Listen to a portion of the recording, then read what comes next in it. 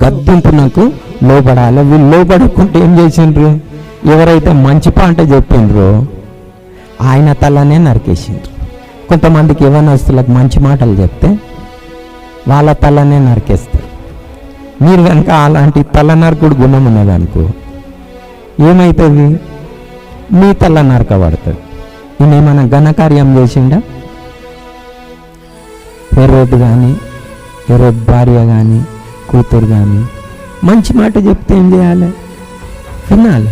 మంచి మాట చెప్పినప్పుడు కోపం ఎందుకు రావాలి?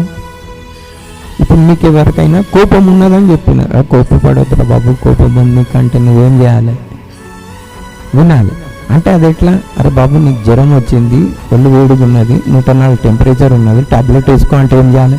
నాకు చెప్తావా నువ్వు టాబ్లెట్ వేసుకోమని? జ్వరం వచ్చిందని అన్నాం అనుకో, అంటే ఏమనాలి అతన్ని?